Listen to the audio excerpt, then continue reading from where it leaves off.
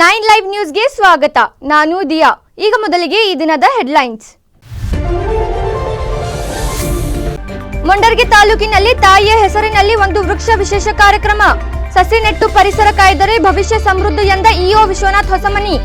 ಪರಿಸರ ಶುದ್ಧಿಗಾಗಿ ಸಸಿ ನೆಡುವ ನಮ್ಮ ಕರ್ತವ್ಯ ಎಂಎಂ ತಾಂಬೋಟಿ ಹೇಳಿಕೆ. ಕಂದಾಯ ಭೂಮಿಯನ್ನು ಅಕ್ರಮವಾಗಿ ಮಂಜೂರು ಮಾಡಿರುವ ಆರೋಪ. ಅಧಿಕಾರಿಗಳ ವಿರುದ್ಧ ಸೊರಬ ತಾಲೂಕಿನ ಹೆಗ್ಗೋಡು ಗ್ರಾಮದಲ್ಲಿ ಆಕ್ರೋಶ. ತಾಲೂಕಾ ಕಚೇರಿ ಎದುರು ಪ್ರತಿಭಟನೆ ನಡೆಸಿ ಆಕ್ರೋಶ ವ್ಯಕ್ತಪಡಿಸಿದ ಗ್ರಾಮಸ್ಥರು. ಕೇಂದ್ರ ಸಚಿವ ವಿ ಸೋಮಣ್ಣ ಅಧ್ಯಕ್ಷತೆಯಲ್ಲಿ ತುಮಕೂರಿನಲ್ಲಿ ದಿಶಾ ಸಮಿತಿ ಸಭೆ. ಪಂಚಾಯತ್ ಸಭಾಂಗಣದಲ್ಲಿ ಸಂಸದರು ಶಾಸಕರ ಸಮ್ಮುಖದಲ್ಲಿ ನಡೆಸಲಾದ ಸಭೆ. ಫಸಲ್ ಭೀಮಾ ಯೋಜನೆಯ ಕುರಿತಾಗಿ ಅಧಿಕಾರಿಗಳಿಂದ ಜಾಗೃತಿ ಮೂಡಿಸುವಂತೆ ಮನವಿ. ಈಗ ಇವತ್ತಿನ ಪ್ರಮುಖ ಸುದ್ದಿಗಳು ನಿಮ್ಮ ಮುಂದೆ. ಗ್ರಾಮದ ಅಭಿವೃದ್ಧಿಗಾಗಿ ಮೀಸಲಿಟ್ಟ ಕಂದಾಯ ಭೂಮಿಯನ್ನು ಅಕ್ರಮವಾಗಿ ಮಂಜೂರು ಮಾಡಿರುವ ಅಧಿಕಾರಿಗಳ ವಿರುದ್ಧ ಶಿವಮೊಗ್ಗ ಜಿಲ್ಲೆ ಸೊರಬ ತಾಲೂಕು ಉಳಿವಿ ಹೋಬಳಿ ಹೆಗ್ಗೋಡು ಗ್ರಾಮಸ್ಥರ ಸೊರಬ ತಾಲೂಕು ಕಚೇರಿ ಎದುರು ಕರ್ನಾಟಕ ದಲಿತ ಸಂಘರ್ಷ ಸಮಿತಿ ನೇತೃತ್ವದಲ್ಲಿ ಬೃಹತ್ ಪ್ರತಿಭಟನೆ ನಡೆಸಿದರು.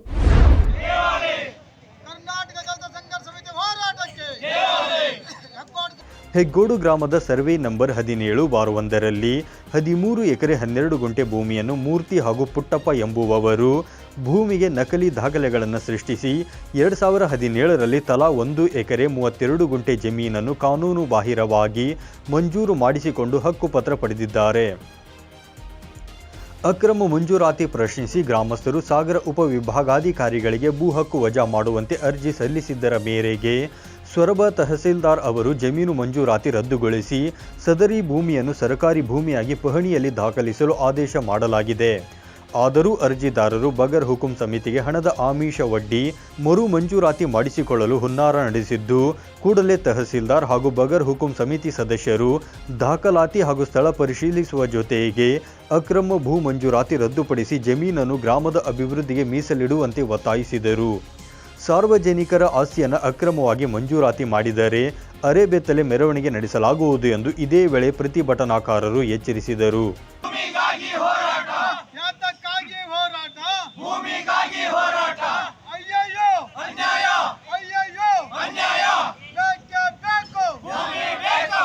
ಈ ಸಂದರ್ಭದಲ್ಲಿ ಕರ್ನಾಟಕ ದಲಿತ ಸಂಘರ್ಷ ಸಮಿತಿ ರಾಜ್ಯ ವಿಭಾಗೀಯ ಸಂಚಾಲಕ ಗುರುರಾಜ್ ಸೊರಬ, ತಾಲೂಕಾ ಸಂಚಾಲಕ ಮಹೇಶ್ ಶಕುನವಳ್ಳಿ, ನಾಗರಾಜ್ ಹುರಳಿಕೊಪ್ಪ, ಹೆಗ್ಗೋಡು ಗ್ರಾಮ ಸಲಹಾ ಸಮಿತಿ ಅಧ್ಯಕ್ಷ ಮಧು ಗೌಡ, ಗ್ರಾಮಸ್ಥರಾದ ಮಲ್ಲಿಕಾರ್ಜುನ್ ಗೌಡ, ಪುಟ್ಟಪ್ಪ, ಉಮೇಶ್, ಶೋಭಾ, ಸುಮಂತಮ್ಮ, ಸರೋಜಮ್ಮ, ಪವನ್ ಸೇರಿದಂತೆ ಹಲವರು ಪಾಲ್ಗೊಂಡಿದ್ದರು. ಭೌತಿಕ ಹಾಗೂ ಬೌದ್ಧಿಕ ವಿಕಾಸದ ಹಿನ್ನೆಲೆಯಲ್ಲಿ ನಮ್ಮನ್ನು ತಿದ್ದುಕೊಳ್ಳುವಂತೆ ಸಾಹಿತ್ಯ ರಚಿಸಿ ಹಾಡಿದವರು ನಮ್ಮ ಜನಪದರು.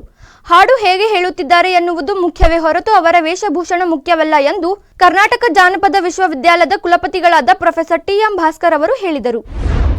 ಹಾವೇರಿ ಜಿಲ್ಲೆಯ ಶಿಗ್ಗಾವಿ ತಾಲೂಕಿನ ಗೊಟಗೋಡಿ ಕರ್ನಾಟಕ ಜಾನಪದ ವಿಶ್ವವಿದ್ಯಾಲಯದ ಮಲ್ಲಿಗೆ ದಂಡೆ ಸಭಾಂಗಣದಲ್ಲಿ ಆಯೋಜಿಸಲಾದ ವಿಶ್ವ ಜಾನಪದ ದಿನಾಚರಣೆ ಕಾರ್ಯಕ್ರಮದ ಅಧ್ಯಕ್ಷತೆ ವಹಿಸಿ ಅವರು ಮಾತನಾಡಿದರು. ಹಾಡು ಬರೆಯುವುದು ಮತ್ತು ಅದಕ್ಕೆ ತಕ್ಕಂತೆ ಸಂಕಲನ ತುಂಬುವುದು ಬಹಳ ಮಹತ್ವದ್ದು. ಹಾಡು ಬಂದರೆ ಹಾಡು, ಬರದಿದ್ದರೆ ಕುಂತು ಕೇಳು ಎನ್ನುವುದು ಜನಪದರು ಹೇಳಿದ್ದಾರೆ. ಈ ಮೂಲಕ ಅವರು ಸಮಾಜಕ್ಕೆ ಮೌಲಿಕ ಸಂದೇಶ ಸಾರಿದ್ದಾರೆ ಎಂದರು. ಇನ್ನು ದಿನಾಚರಣೆ ಅಂಗವಾಗಿ ವೇದಿಕೆ ಮೇಲೆ ಶಿವಮೂರ್ತಪ್ಪ ಹಂಚಿನಮನಿ ಹಾಗೂ ತಂಡದವರು ಚೌಡಕಿ ಪದ ಹೇಳಿದರು. ವಿಜಯಲಕ್ಷ್ಮಿ ಗೊಟಗೋಡಿ ಸೋಬಾನೆ ಪದ ಹಾಡಿದರು. ನವಾಬ್ ಸಾಬ್ ಬೆಳಗಲಿ ಅವರಿಂದ ಕರಡಿ ಮಜಲು, ಜನಪದ ಕಲೆ ವಿಭಾಗದ ಮಂಜುನಾಥ್ ಮಠಪತಿ ಹಾಗೂ ತಂಡದವರಿಂದ ವೀರಗಾಸೆ, ಕರ್ನಾಟಕ ಜಾನಪದ ವಿಶ್ವವಿದ್ಯಾಲಯದ ಶರೀಫ್ ಮಾಕಪ್ಪನವರ್ ಹಾಗೂ ತಂಡದವರಿಂದ ಜನಪದ ಗೀತ ಗಾಯನ ಸೇರಿದಂತೆ ವಿದ್ಯಾರ್ಥಿಗಳಿಂದ ಸಾಂಸ್ಕೃತಿಕ ಕಾರ್ಯಕ್ರಮಗಳು ಜರುಗಿದವು.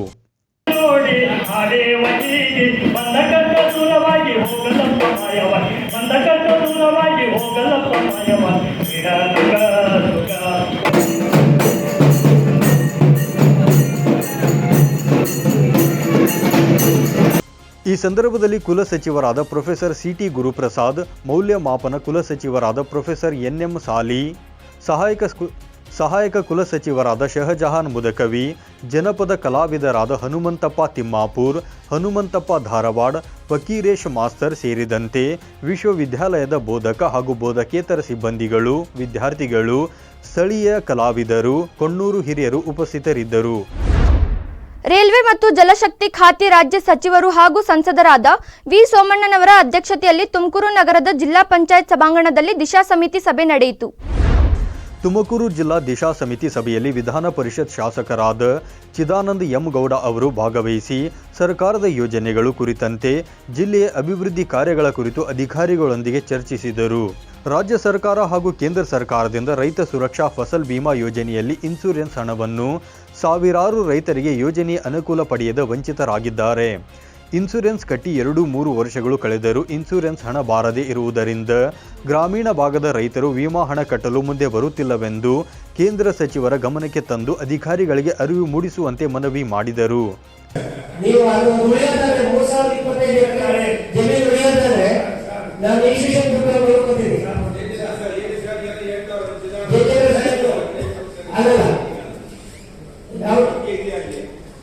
ಸಭೆಯಲ್ಲಿ ಸಂಸದ ಡಾಕ್ಟರ್ ಮಂಜುನಾಥ್, ಶಾಸಕರಾದ ಜ್ಯೋತಿ ಗಣೇಶ್, ಬಿ ಸುರೇಶ್ ಗೌಡ, ಟಿಬಿ ಜಯಚಂದ್ರ, ಎಂಟಿ ಕೃಷ್ಣಪ್ಪ, ಜಿಲ್ಲಾಧಿಕಾರಿಗಳು, ಮುಖ್ಯ ಕಾರ್ಯನಿರ್ವಹಣಾಧಿಕಾರಿ, ಪೊಲೀಸ್ ವರಿಷ್ಠಾಧಿಕಾರಿ, ಜಿಲ್ಲಾ ಮಟ್ಟದ ಅಧಿಕಾರಿಗಳು ಹಾಗೂ ಇತರೆ ಅಧಿಕಾರಿಗಳು ಭಾಗವಹಿಸಿದ್ದರು.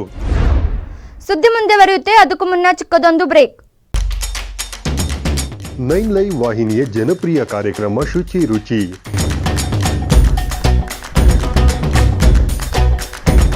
ಪ್ರತಿ ಶುಕ್ರವಾರ ಮಧ್ಯಾಹ್ನ 1:30 ಪ್ರಸಾರ, ಮತ್ತೆ ಭಾನುವಾರ ಸಂಜೆ 6 ಗಂಟೆಗೆ ಮರು ಪ್ರಸಾರ. ಅಡುಗೆ ಮಾಡೋ ಹವ್ಯಾಸ ನಿಮ್ಮದಾಗಿದ್ದರೆ ಈಗಲೇ ಕರೆ ಮಾಡಿ ಹೆಸರು ನೋಂದಾಯಿಸಿಕೊಳ್ಳಿ. ನಮ್ಮ ದೂರವಾಣಿ ಸಂಖ್ಯೆ 7411784976. ತೆರೆಮರೆಯಲ್ಲಿರುವ ಗಾನ ಪ್ರತಿಭೆಗಳಿಗೆ ಅದ್ಭುತ ವೇದಿಕೆ ಒದಗಿಸುವ ನಮ್ಮ ದಿಗ್ಗಜರು ಈಗ ನಿಮ್ಮ ಮನಗಳಿಗೆ ಲಗ್ಗೆ ಇಡಲು ಸಿದ್ಧವಾಗಿದೆ. ಇನ್ನು ಪ್ರತಿ ಶನಿವಾರ ಮಧ್ಯಾಹ್ನ 1:30 ನಿಮ್ಮ ನೆಚ್ಚಿನ 9 ಲೈವ್ ವಾಹಿನಿಯಲ್ಲಿ ಪ್ರಸಾರಗೊಳ್ಳಲಿದೆ. ಮತ್ತೆ ಮರುಪ್ರಸಾರ ಭಾನುವಾರ 1:30. ನಿಮಗೂ ಗಾಯನದಲ್ಲಿ ಆಸಕ್ತಿ ಇದ್ದು ಉತ್ತಮ ವೇದಿಕೆ ಲಭಿಸುತ್ತಿಲ್ಲವೆಂದರೆ ಚಿಂತೆ ಯಾಕೆ? ಕೂಡಲೇ ನಮ್ಮ ದೂರವಾಣಿ ಸಂಖ್ಯೆ 7349416023ಗೆ ಸಂಪರ್ಕಿಸಿ. ಕಾರ್ಯಕ್ರಮದಲ್ಲಿ ನೀವು ಪಾಲ್ಗೊಳ್ಳಿ. ಬ್ರೇಕ್ ನಂತರ 9 ಲೈವ್ ನ್ಯೂಸ್ಗೆ ಸ್ವಾಗತ. ವಿಶ್ವ ಪರಿಸರ ದಿನದ ಅಂಗವಾಗಿ ಪ್ರಧಾನ ಮಂತ್ರಿ ಅವರು ತಾಯಿ ಹೆಸರಿನಲ್ಲಿ ಒಂದು ವೃಕ್ಷ ಏಕ್ ಪೇಡ್ ಮಾ ಕೆ ನಾಮ್ ಅಭಿಯಾನ್ ಅಂಗವಾಗಿ ಗದಗ ಜಿಲ್ಲೆಯ ಮುಂಡರಗಿ ತಾಲೂಕಿನ ಡೋಣಿತಾಂಡ ಗ್ರಾಮದಲ್ಲಿ ಸಸಿ ನೆಡುವ ವಿಶೇಷ ಕಾರ್ಯಕ್ರಮವನ್ನು ಅತ್ಯಂತ ಅರ್ಥಪೂರ್ಣವಾಗಿ ಆಚರಿಸಲಾಯಿತು. ಅಭಿಯಾನದಡಿ ನಡೆಸಲಾದ ಕಾರ್ಯಕ್ರಮದಲ್ಲಿ ಸಸಿ ನೆಟ್ಟು ಮಾತನಾಡಿದ ಮುಂಡರಗಿ ತಾಲೂಕಾ ಪಂಚಾಯತ್ ಕಾರ್ಯನಿರ್ವಾಹಕ ಅಧಿಕಾರಿ ವಿಶ್ವನಾಥ್ ಹೊಸಮನಿ, ನರೇಗಾ ಯೋಜನೆಯಡಿ ಅರಣ್ಯ ಇಲಾಖೆ, ತೋಟಗಾರಿಕೆ ಇಲಾಖೆ ಒಗ್ಗೂಡಿಸುವಿಕೆಯೊಂದಿಗೆ ಈ ಅಭಿಯಾನವನ್ನು ತಾಲೂಕಿನ 19 ಗ್ರಾಮ ಪಂಚಾಯಿತಿಯಲ್ಲಿ ಯಶಸ್ವಿಯಾಗಿ ನಡೆಸಲಾಗಿದೆ. ತಾಲೂಕಾ ಪಂಚಾಯತ್, ಗ್ರಾಮ ಪಂಚಾಯತ್, ಶಾಲೆ, ಆಸ್ಪತ್ರೆ, ಕಾಲೇಜು ಆವರಣ ಸೇರಿದಂತೆ ವಿವಿಧ ಸ್ಥಳಗಳಲ್ಲಿ ಏಕಕಾಲಕ್ಕೆ ಸಸಿ ನೆಡುವ ಮೂಲಕ ಅಭಿಯಾನಕ್ಕೆ ಚಾಲನೆ ನೀಡಲಾಗಿದೆ ಎಂದರು. ಈ ತಾಯಿ ವೃಕ್ಷ ಅಂದ್ರೆ ಇವತ್ತು ತಾಯಿನ ಒಂದು ಕುಟುಂಬ.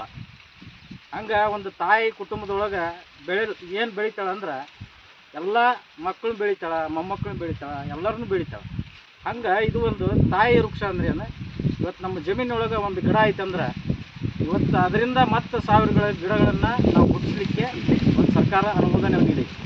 ಇದು ಬಂದ ನಾವು ಮಾಡೋದಲ್ಲ, ಮುಂದೆ ನಾವು ಈ ಯೋಜನೆಯನ್ನು ಮುಂದುವರಿಸಿಕೊಂಡು ಹೋಗ್ಬೇಕು. ಇದೇ ವೇಳೆ ತೋಟಗಾರಿಕೆ ಇಲಾಖೆ ಸಹಾಯಕ ನಿರ್ದೇಶಕ ಎಂ ತಾಂಬೋಟಿ ಮಾತನಾಡಿ, ಮನೆಯಂಗಳದ ಜೊತೆಗೆ ಸುತ್ತಮುತ್ತಲಿನ ಪ್ರದೇಶ ಹಾಗೂ ತಮ್ಮ ಜಮೀನುಗಳಲ್ಲಿ ಸಸಿಗಳನ್ನು ನೆಟ್ಟು ಪೋಷಣೆ ಮಾಡಬೇಕು.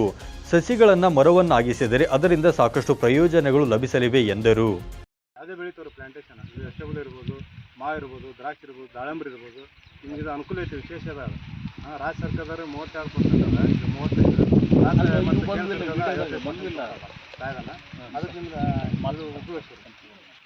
ಈ ಕಾರ್ಯಕ್ರಮದ ವೇಳೆ ಸಾಮಾಜಿಕ ವಲಯ ಅರಣ್ಯಾಧಿಕಾರಿ ಸುನೀತಾ, ಪರಿಸರ ಕಾರ್ಯಕರ್ತ ಶಂಕರ ಜಾಯನಗೌಡರ್, ತೋಟಗಾರಿಕೆ ಇಲಾಖೆ ಅಧಿಕಾರಿಗಳಾದ ಮೈಲಾರ್ಯಪ್ಪ, ಸುರೇಶ್ ಕುಂಬಾರ್ ಹಾಗೂ ಗ್ರಾಮ ಪಂಚಾಯತ್ ಅಧ್ಯಕ್ಷರು, ಸದಸ್ಯರು ಉಪಸ್ಥಿತರಿದ್ದರು. ವಿದ್ಯಾರ್ಥಿ ಸಮೂಹವು ಬಾಹ್ಯಾಕಾಶ ವಿಜ್ಞಾನ ಕ್ಷೇತ್ರದಲ್ಲಿ ಆಸಕ್ತಿ ಬೆಳೆಸಿಕೊಳ್ಳುವುದರ ಮೂಲಕ ದೇಶದ ತಾಂತ್ರಿಕ ಸಾಮರ್ಥ್ಯಕ್ಕೆ ಕೊಡುಗೆ ನೀಡಬೇಕು ಎಂದು ಜಿಲ್ಲಾ ಪಂಚಾಯತ್ ಮುಖ್ಯ ಕಾರ್ಯನಿರ್ವಾಹಕ ಅಧಿಕಾರಿ ರಾಹುಲ್ ಶರಣಪ್ಪ ಸಂಕನೂರು ಅವರು ಹೇಳಿದರು. ರಾಜ್ಯ ವಿಜ್ಞಾನ ಮತ್ತು ತಂತ್ರಜ್ಞಾನ ಮಂಡಳಿ, ಭಾರತೀಯ ವಿಜ್ಞಾನ ಸಂಸ್ಥೆ ಹಾಗೂ ಜಿಲ್ಲಾ ಪಂಚಾಯತ್ ಇವರ ಸಹಯೋಗದೊಂದಿಗೆ ಬಳ್ಳಾರಿ ನಗರದ ಕೋಟೆ ಪ್ರದೇಶದ ಜಿಲ್ಲಾ ಪಂಚಾಯತ್ ನಜೀರ್ ಸಭಾಂಗಣದಲ್ಲಿ ಶುಕ್ರವಾರ ಏರ್ಪಡಿಸಿದ್ದ ರಾಷ್ಟ್ರೀಯ ಬಾಹ್ಯಾಕಾಶ ದಿನಾಚರಣೆ ಕಾರ್ಯಕ್ರಮವನ್ನು ಉದ್ಘಾಟಿಸಿ ಅವರು ಮಾತನಾಡಿದರು. ಬಾಹ್ಯಾಕಾಶ ಅಧ್ಯಯನ ಕುರಿತಂತೆ ಯಾವುದೇ ಒಂದು ಯೋಜನೆಯ ಯಶಸ್ಸಿನ ಹಿಂದೆ ಹಲವಾರು ವಿಜ್ಞಾನಿಗಳ ಪೂರ್ವ ತಯಾರಿ, ಅವರ ಕಠಿಣ ಪರಿಶ್ರಮ ಅಡಗಿದೆ. ಅವರ ಬದುಕು ವಿಶಿಷ್ಟವಾದದ್ದು ಎಂದು ಬಣ್ಣಿಸಿದರು. ಇನ್ನು ಇಸ್ರೋ ವಿಜ್ಞಾನಿ ವಿ ಚಂದ್ರಬಾಬು ಅವರು ಕಾರ್ಯಕ್ರಮದ ಸಂಪನ್ಮೂಲ ವ್ಯಕ್ತಿಯಾಗಿ ಭಾಗವಹಿಸಿ ಮಾತನಾಡಿದರು. ರಾಷ್ಟ್ರೀಯ ಬಾಹ್ಯಾಕಾಶ ದಿನವು ಸಾಧನೆಗಳ ಸ್ಮರಣೆ ಮತ್ತು ಭವಿಷ್ಯದ ಅನ್ವೇಷಣೆಗಳ ಮಹತ್ವವನ್ನು ಸಾರಲು ಮುಖ್ಯವಾಗಿದೆ ಎಂದು ಅವರು ತಿಳಿಸಿದರು. ಈ ವೇಳೆ ಜಿಲ್ಲಾ ಪಂಚಾಯತ್ ಉಪ ಕಾರ್ಯದರ್ಶಿ ಗಿರಿಜಾ ಶಂಕರ್, ಜಿಲ್ಲಾ ಪಂಚಾಯತ್ ಮುಖ್ಯ ಯೋಜನಾಧಿಕಾರಿ ವಾಗೀಶಿ ಶಿವಾಚಾರ್ಯ ಎಸ್ಎಂ ಹಾಗೆ ವಿವಿಧ ಶಾಲಾ ಶಿಕ್ಷಕರು, ವಿದ್ಯಾರ್ಥಿಗಳು ಹಾಗೂ ಇತರರು ಉಪಸ್ಥಿತರಿದ್ದರು. ಇವಿಷ್ಟು ಈ ಹೊತ್ತಿನ ಪ್ರಮುಖ ಸುದ್ದಿಗಳು. ನಿರಂತರ ಸುದ್ದಿಗಳಿಗಾಗಿ ನೋಡ್ತಾ ಇರಿ 9 ಲೈವ್ ನ್ಯೂಸ್. ಇದು ಸತ್ಯದ ಪ್ರತಿರೂಪ.